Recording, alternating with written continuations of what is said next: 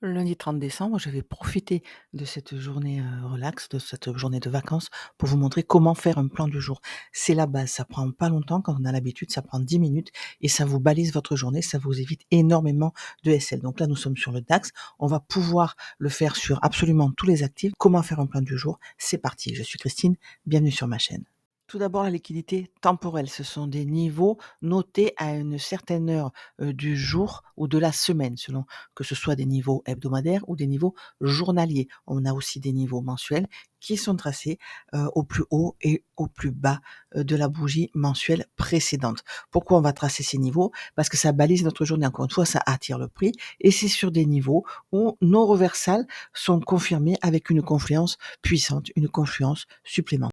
Donc le plus haut et le plus bas du mois précédent. Nous sommes en monthly, c'est pas compliqué, c'est le plus haut et le plus bas de la bougie précédente. Vous voyez qu'il est sur nos graphes, il se reporte comme tous les autres dans les unités de temps inférieures et on l'a déjà cassé il y a bien longtemps. Le plus haut et le plus bas de la semaine précédente pour le niveau weekly. Encore une fois, dans ces grandes unités de temps, on regarde ce qui s'est passé les 3, 4 dernières bougies. 1, 2, 3 bougies plus la bougie actuelle. Ce qui va nous donner un indice. L'indice, c'est quoi? Pendant les 3 semaines précédentes, on a eu une impulsion baissière qui nous a laissé une imbalance. Ça, on le marque, c'est sur un papier, c'est dans la tête, à force, on le connaît par cœur. Donc, haut et bas weekly pour la liquidité hebdomadaire. Haut et bas de la bougie daily précédente. Ici, nous sommes lundi, c'est la bougie de vendredi. Ça va baliser encore plus notre journée. C'est une liquidité journalière. On va toujours regarder le haut et le bas de la bougie précédente. C'est des niveaux, encore une fois, qui attirent le prix et sur lesquels nous pouvons avoir des reversals.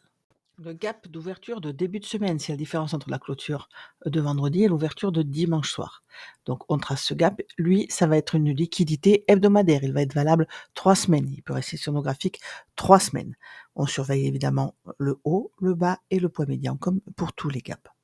Voilà, en M15, on peut noter aussi les hauts et bas de session, Asie, New York, Londres, et le prix d'ouverture à minuit, New York. Mon graphique est à l'heure de New York parce que je trade aussi évidemment le Nasdaq avec mes graphes, et il y a beaucoup plus de volume aux heures de New York, donc j'ai décidé de laisser mes graphiques à l'heure de New York. C'est là où il y a le plus de volume. Donc, minuit, New York va rester toute la journée, c'est une liquidité daily. Et comme nous sommes sur le DAX, ça va être le prix de 8h30, heure de Paris. Donc ça, c'est spécifique au DAX. Sur le Nasdaq, sur les US, sur l'euro USD, on va choisir le même prix, mais à l'heure de 7h30, heure de New York. Pour rajouter 6 heures, c'est beaucoup plus tard dans la journée. Néanmoins, on sait tous que sur le DAX, le matin, on a de très belles opportunités. Donc, on va se le calibrer pour le DAX. Donc, le DAX, 8h30, heure de Paris, 2h30, heure de New York, pour cette liquidité temporelle journalière. Donc, est-ce qu'on va attendre de tous ces niveaux qui se sont reportés sur sur nos unités de temps inférieures?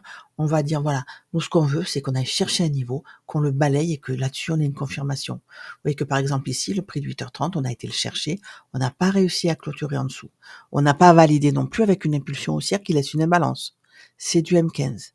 Là, on va passer à M1, voir si on a eu quelque chose pour avoir un petit scalp. Néanmoins, à M15, on n'a pas de confirmation, on n'a pas confirmé à la hausse. Mais c'est ce qu'on attend d'une liquidité temporelle, qu'on aille la chercher, qu'on la sweep et qu'on ait une confirmation avec notre setup, une impulsion qui nous laisse une imbalance. Deuxième point à noter, c'est la structure. Dans quelle structure sommes-nous? Donc on part du weekly parce que surtout nous sommes lundi, on va faire un petit plan. Quand on a créé ce haut et entre le moment où on le casse, on a créé ce low, donc impulsion haussière, choc baissière interne ici, nous sommes dans cette trend-là.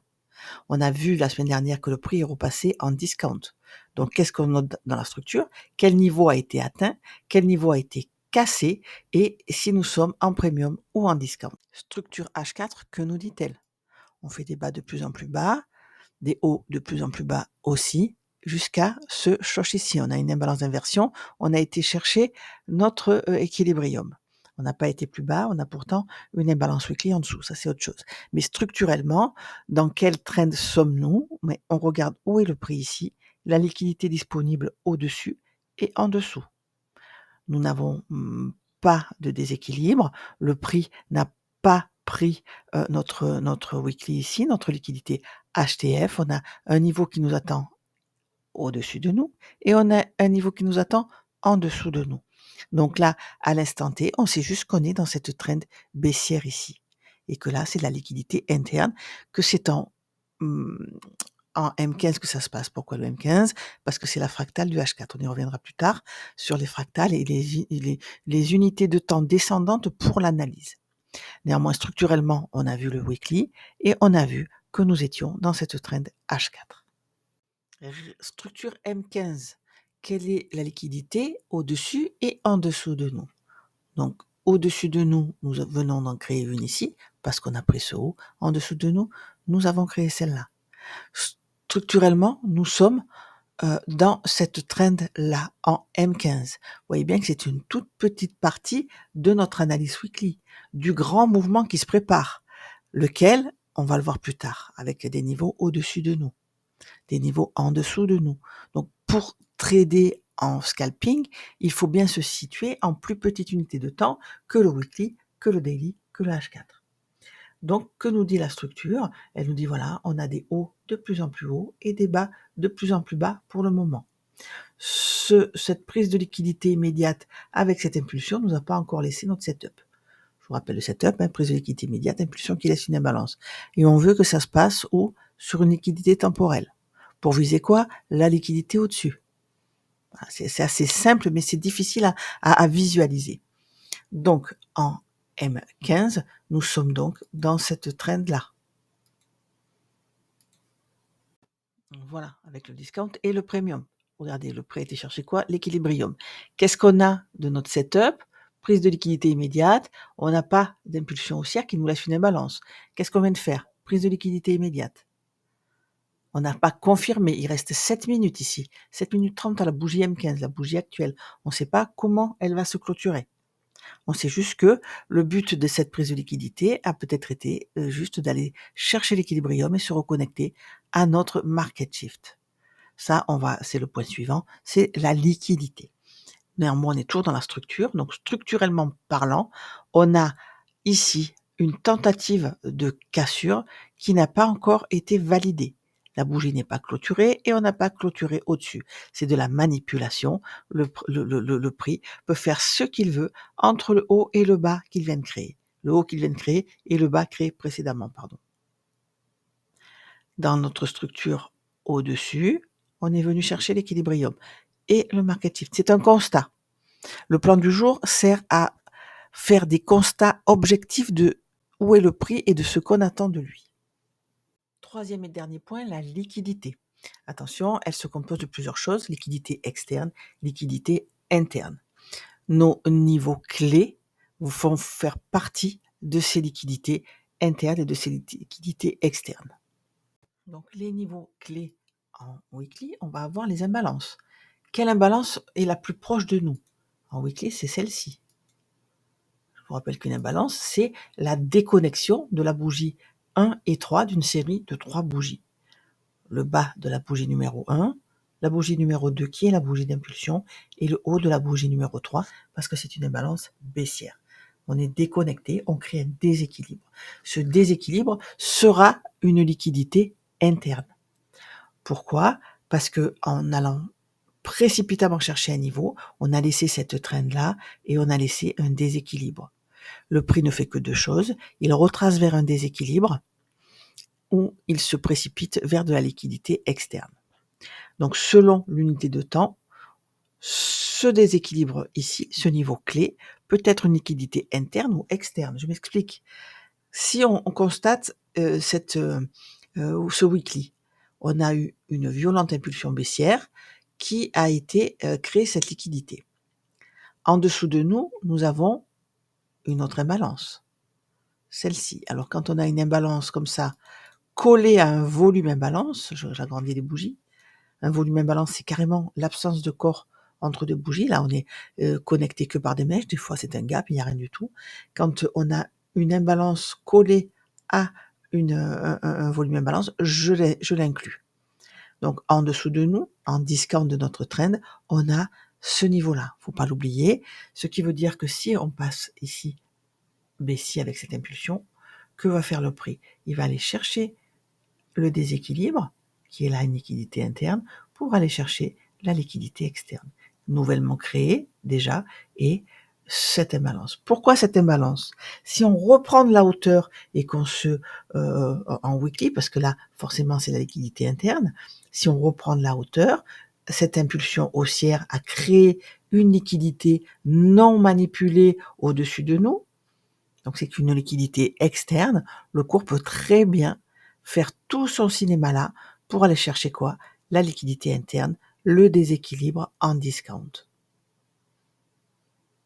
Donc on va après s'appuyer sur des modèles de teneur de marché et sur nos setups pour régler ça. Mais la liquidité ici est une liquidité interne dans ce grand mouvement haussier.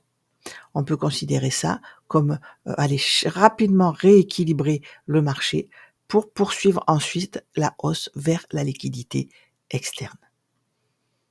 Donc, pour ce faire, qu'est-ce qu'on va, on va chercher dans la liquidité? Ici, en plus petite unité de temps, on va chercher à aller rééquilibrer ce qui n'est plus avec cette imbalance pour avoir une impulsion baissière et aller chercher cette liquidité. Ça, c'est un plan à forte probabilité. Liquidité interne et externe. Maintenant, en H4, on a toujours nos imbalances weekly au-dessus de nous et on a toujours ici l'équilibrium de notre trend weekly. Ce reversal-là peut induire, et il le fait souvent, un autre range qui, lui, serait un range de continuation baissière. Ça tombe bien, on a ce niveau à aller chercher. D'abord la liquidité créée ici, puis ce niveau-là. On constate aussi que en H4, cette impulsion qui nous a laissé l'imbalance visible en weekly a déjà en H4 été rééquilibrée. Le prix est déjà venu la chercher. On a pris cette liquidité, le bas de l'imbalance H4. Pas encore en weekly, ça se ne voit pas. En weekly, on a juste créé cette imbalance, mais en H4, on est déjà venu la chercher. C'est là qu'on passe baissière H4. On va chercher une liquidité interne et on va se précipiter vers de la liquidité externe. Dans un premier temps, celle qu'on vient de créer, ici, et ensuite nos niveaux en dessous. Qu'est-ce qu'on va chercher? C'est là qu'on va commencer à intégrer les autres concepts, la liquidité temporelle, la structure et les niveaux clés, la liquidité interne, externe. Donc, nous revoilà en weekly. On constate quoi? Que au-dessus et en dessous de nous, le haut et bas n'ont pas été pris. On est dans la liquidité interne. Et c'est là qu'on va commencer à se servir des modèles de teneur de marché. Quels sont ces modèles? Voici un modèle haussier, un modèle baissier.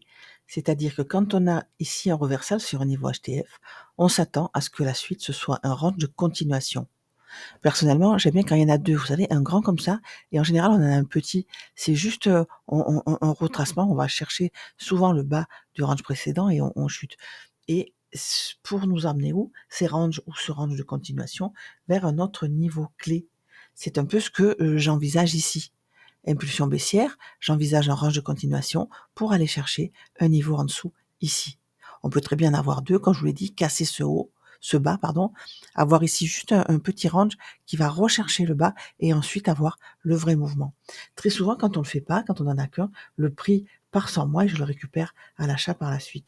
Parce que c'est très souvent qu'on n'a pas un seul range de continuation, mais deux.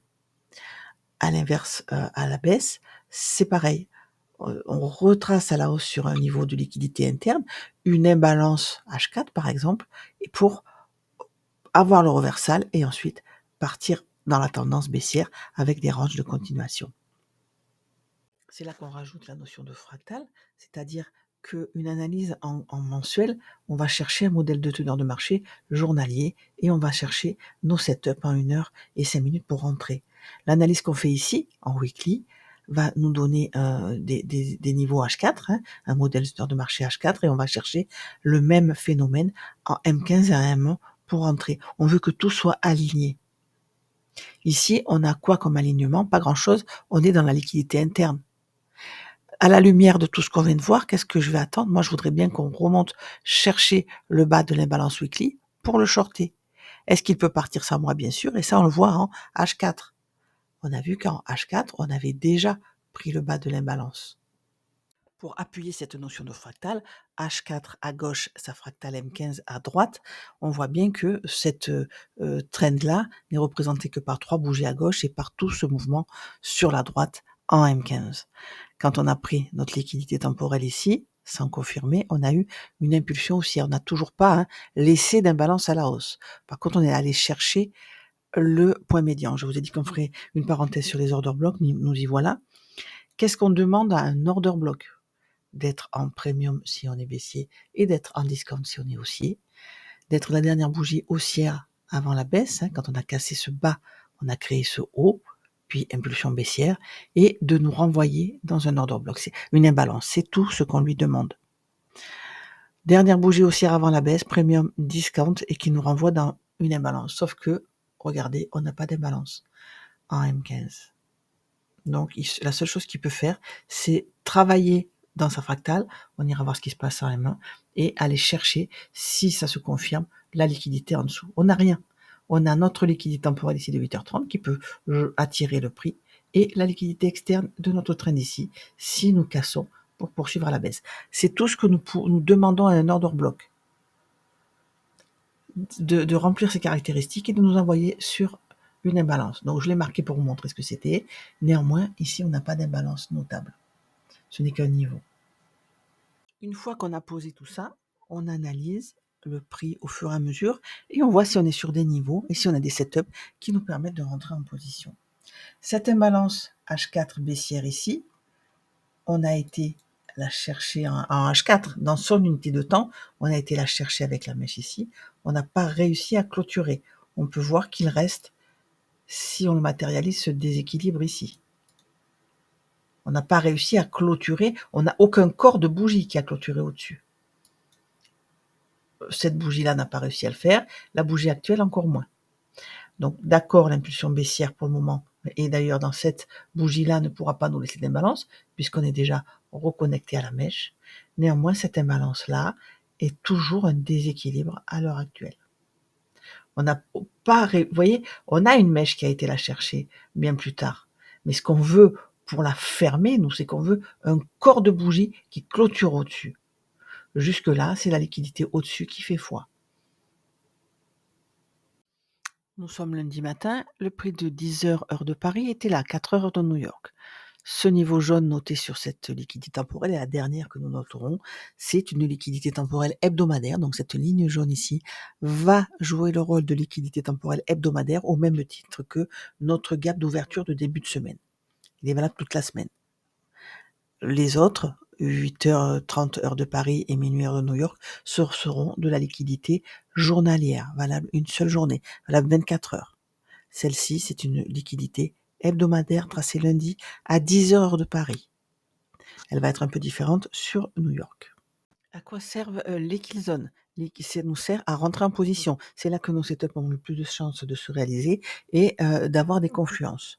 Entre l'Asie et Londres, que fait le cours, il prépare le setup de la matinée. Là, on observe, quand on prend un trade à ce moment-là, très souvent c'est un one-shot, il faut qu'il soit sécurisé au moment de l'open.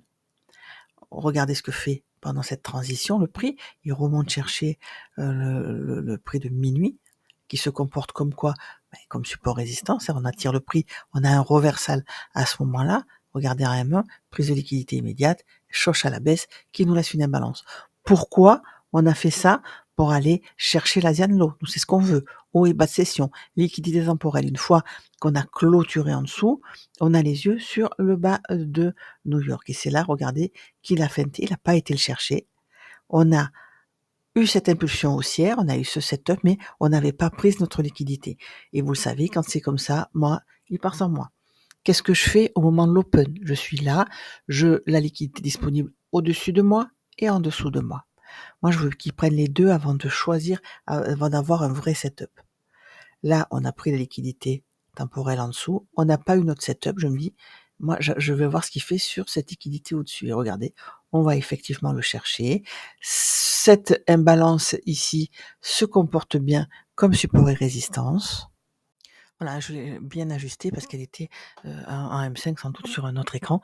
Donc en M1, puisque nous ici, c'est ce qui nous intéresse, la fractale du M15, on a cette imbalance. Regardez, on a cette impulsion haussière, on clôture au-dessus du point médian et on va fermer cette imbalance. Je sais que je veux qu'on prenne ce haut à ce moment-là. Donc si je décide de rentrer, par exemple quand on clôture cette bougie ici, je vais regarder quoi? On a laissé cette imbalance ici, le bas de l'imbalance si je rentre dessus et le haut que je veux aller prendre, j'ai que 16 points. Par contre, au-dessus, ce niveau ici, j'ai mes 20 points, puisqu'il y en a 24. C'est l'équilibrium de cette trend-là. Vous vous rappelez? J'ai juste, c'était le Fibo, j'ai juste enlevé le fond. Donc nous sommes ici sur l'équilibrium. En M1, je peux très bien aller chercher mon équilibrium. C'est une possibilité pour rentrer là. Si je veux pas rentrer là directement, je vais attendre un setup, c'est-à-dire que le prix fait des bas de plus en plus bas. On va se reconnecter ici à la première partie de l'imbalance, mais sans aller chercher ce lot, on ne la ferme pas. Et regardez, impulsion haussière ici qui laisse une imbalance. On peut re-rentrer à ce niveau-là, on gagne quelques points même. Et on vise notre liquidité au-dessus. Ça, c'est du scalping, c'est pas dans la kill zone. On sait très bien qu'on peut aller chercher le niveau qui n'a pas été cherché le matin, hein, sous ce lot ici. On a créé, c'est même pas des equals, on n'a pas réussi à créer. On se rappelle, quand une grande unité de temps, on est dans une liquidité interne, on n'a pris ni le haut ni le bas la veille, et on sait qu'on est dans cette trend-là, donc repassage en premium, très bien. Qu'est-ce qui nous attire au-dessus? Notre liquidité temporelle. L'équilibrium, dans un premier temps, et le gap d'ouverture de début de semaine. Le prix de minuit, c'est exactement ce qu'il a été faire, ce qu'il a été chercher. Une fois qu'on est là, qu'est-ce qu'on va faire? Maintenant, il est 10h30, on va dire voilà, est-ce qu'on a un reversal baissier ici pour dire qu'on continue cette trend baissière qu'on avait commencé pour aller chercher le plus bas la veille, ou est-ce qu'on continue à la hausse? C'est sur ces niveaux qu'on atteint un échec de reversal ou un reversal. Et c'est là qu'entrent en jeu nos deux petits traits. On va surveiller la liquidité qu'on vient de créer, ici en M1. On clôture au-dessus? Non. On prend la liquidité? Oui. Entre ces deux moments-là, qu'est-ce qu'on a créé en dessous de nous? On a créé ce niveau-là. C'est ultra fragile. Donc on va se servir des bougies qui ont été fermées au-dessus, clôturées au-dessus. Et là, regardez, ça change la donne. On a créé ce lot, on a clôturé au-dessus. Quand on a créé ces deux niveaux, on a créé ce lot. Pourquoi il est valide? Encore une fois, on a clôturé au-dessus. Celui-là, pour l'instant, ce n'était qu'une prise de liquidité. Pour inverser, qu'est-ce qu'on veut? On veut choche ce niveau-là. On veut clôturer en dessous. Maintenant, si cette bougie actuelle clôture au-dessus, on va avoir créé ce lot. Pour le moment, on achète.